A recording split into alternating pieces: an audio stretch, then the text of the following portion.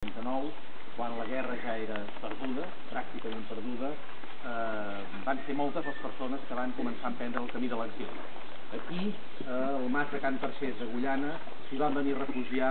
polítics, intel·lectuals, gent significada de la societat catalana en el moment, que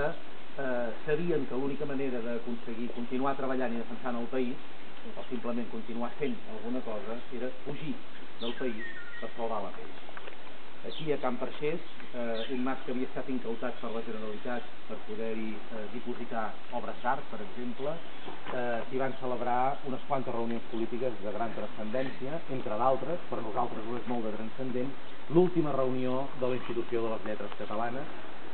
entitat creada l'any 37, dissolta per la força dels fets l'any 39 i que afortunadament l'any 87 es va poder recuperar i ja ho veieu, tenim una cara d'una certa salut, som aquí, la institució encara és viva i amb moltes ganes de treballar i de fer.